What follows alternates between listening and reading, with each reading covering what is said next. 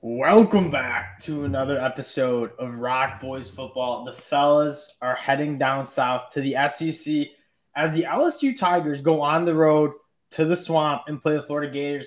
Dill, you noted this when we were talking before the show. This seems like a spot where both teams, new head coaches, this is where they can kind of either jumpstart the end of your season or kind of it could really turn around and look pretty tough for one of these coaches' first year. Before we get into it, though, as usual, just want to say thank you guys for all the support. The support the last couple of days has been absolutely tremendous. If you guys do like the content, consider subscribing to the channel. We're over 2,000 subscribers, and that is truly thanks to you guys. We love doing these videos, and we are happy that you guys are enjoying it. Also, let us know in the comment section who you guys got in this game. Again, we're kind of stacking some money. Dill, I'm going to kick it off to you. What are your early feels on this game here? Yeah, I mean, like you mentioned, this game is very much a battle of two teams that are trying desperately to flip cultures around. And Ed Orgeron, in my estimation, sent LSU back further. Yes. So my initial thought is probably Florida has the advantage just because I feel like they're starting at a slightly better place than what LSU is left with all the turnover and playing with 38 scholarship guys in a bowl game is truly insane. So as good as Coach O was in the 2019 was truly historic. The last 2 years under his tenure were despicable in a lot of ways. There were certain position groups that had like one scholarship player. The roster management was an absolute joke from some of the stories that I heard. And again, Coach O put out one of the best college football teams we've ever seen. But how poorly that program seemed to be run the last 2 years under him tells you a lot. And again, Florida kind of cut Dan Mullen off before it really seemed to get ugly for the Gators. I'm with you that I think the Gators have started at a better spot. In terms of this Saturday, who are you looking for? Who you think wins this game? LSU or Florida coming in as 3-point favorites at home in the swamp? I mean, my initial inclination is Florida just because I don't know. When you watch LSU, it seems like they always get beat up pretty good in the first halves, and then they've managed to like wriggle their way back in a couple games. Like you look at that Mississippi State game, they come back 21-0 fourth quarter and win a game like that. And to me, that doesn't feel. You're throwing Auburn with that too. They were down 17-0. Yeah, exactly. So that's just not a sustainable way to win games, and I don't know. Florida to me has looked pretty good. The only issue is with Richardson, he's been up and down like a real roller coaster. So I guess starting there, they have been able to run the ball all year, so it's been able to cover him up. But he is going to need to play much more consistent football to beat an LSU team that does have a really good defense. That's the story of this game. Is I think where LSU's strength is the front seven. That being said, they haven't been world beating against run. I mean, you look at Clemson's front seven, they've allowed 2.1 yards per carry. LSU's averaging 3.9.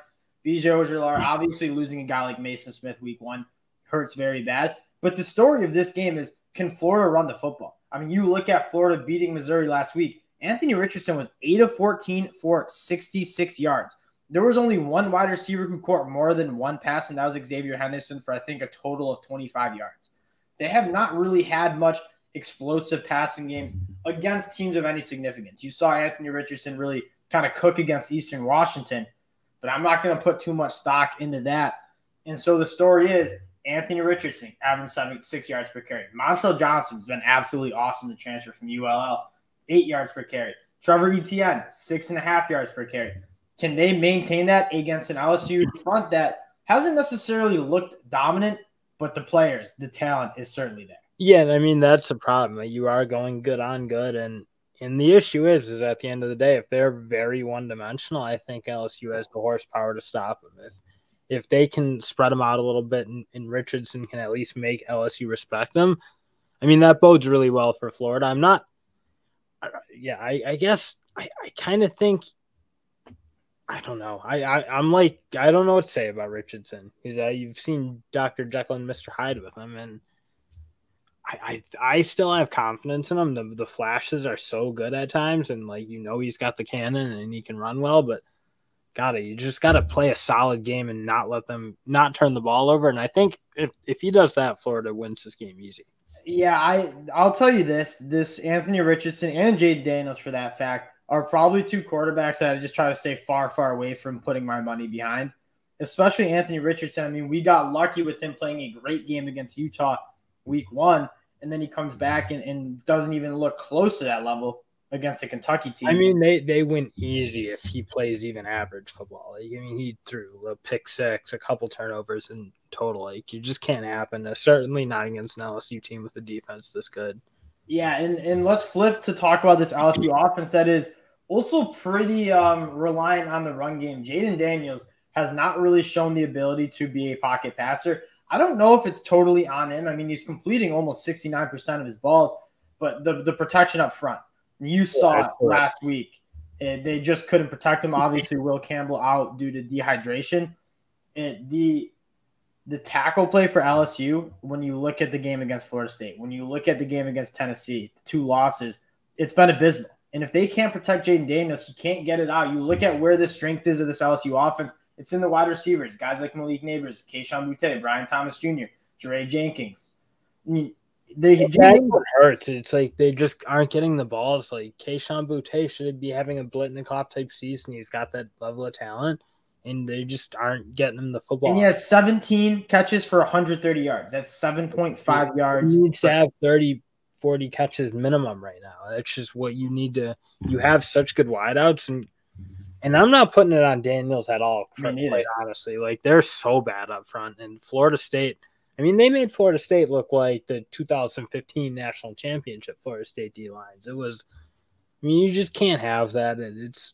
And I don't see how it gets better. It hasn't really gotten much better. I don't know why you'd think it'd get much better against Florida, who I think has a good D-line led by Brenton Cox. So that's, I think, the story of LSU's offense versus Florida defense is, can you protect Jaden Daniels? I mean, LSU's ran the football decently. I mean, you look, Jaden Daniels averaging 4.7 yards per carry, Amari Goodwin averaging 5.9, and then you're just getting John Emery back, who hasn't really got going yet, but we know he can be a dude. You're going to have to pass the football. And can Brenton Cox, can Amari Burney, can Gervin Dexter, can those guys get pressure on Jaden Daniels and then also keep him in the pocket? I mean, pretty much all of LSU's offense has become when Jaden Daniels is extending plays with his feet or running the football himself. There hasn't been a lot of traditional pocket passing from Jaden Daniels, and if you can bust that up, have Ventrell Miller spy him effectively, that's kind of the key to stopping this LSU offense. Can Florida do that? Probably determines if they win this football game. Yeah, and I don't know. I just think you can.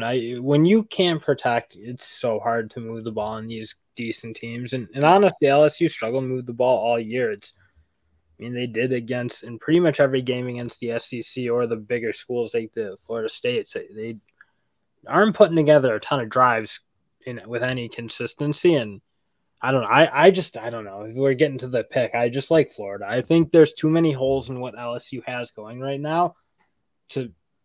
Whereas Florida is just, it seems a little further along. I think they got rid of Mullen at the right time. They got a new coach in with still a talented roster, though. LSU, just the turnover was huge, and it is talented, but I don't know. It just feels like they're a year away. I think the keys to this game, and the one number that I'm really concerned about is Florida hasn't been great against the run. They're allowing almost 4.5 yards per carry to the opposing running back or offense. That's a concern. I'm probably with you. This isn't a game that I'm rushing to the table to bet, but I would say once that number gets inside of 2.5, I'll probably lay the points with Florida at home. Primetime game, 7 o'clock kickoff. Tom Petty's going to be bumping. The Swamp is one of the hardest places to play. You have a very young, inexperienced LSU offensive line. I can see a lot of pre-snap penalties. And again, if you get behind on this team early, luckily you were at home against Mississippi State. So you're able to kind of come back, use that crowd to get back into it. You're on the road. You go down 21, you go down 17. It is not going to be very easy to come back from that deficit, especially in Gainesville. I'm probably laying with Florida as well, although I'm not extremely confident because you never. Yeah, because you just get a mad performance out of Richardson, and then you have no chance of winning. Because if he plays really bad, he's shown that his floor is pretty much. He's a guy, and we've talked about it all year. Florida goes as far as Anthony Richardson. He can win you football games like he did against Utah, and he's going to also lose you football games. And what Anthony Richardson we're going to get definitely plays a massive role in how this Florida Gators team is able to score. that'll do it from the boys. It looks like we both do have a lean to Florida and the points at home. This game is going to be a monitor game. Like, this game is a massive game, not necessarily for who's going to win the SEC, but for these two programs, some of the biggest programs in the country.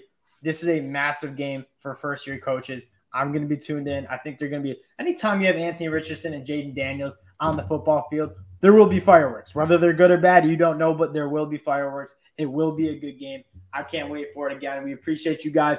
If you do like the content, consider subscribing. Let us know in the comments. My mind is a little bit in the pretzel on this one, so I am going to need some support in the comment section. Give me some picks. Give me some locks. We appreciate you guys, and we'll talk to you guys later. Peace.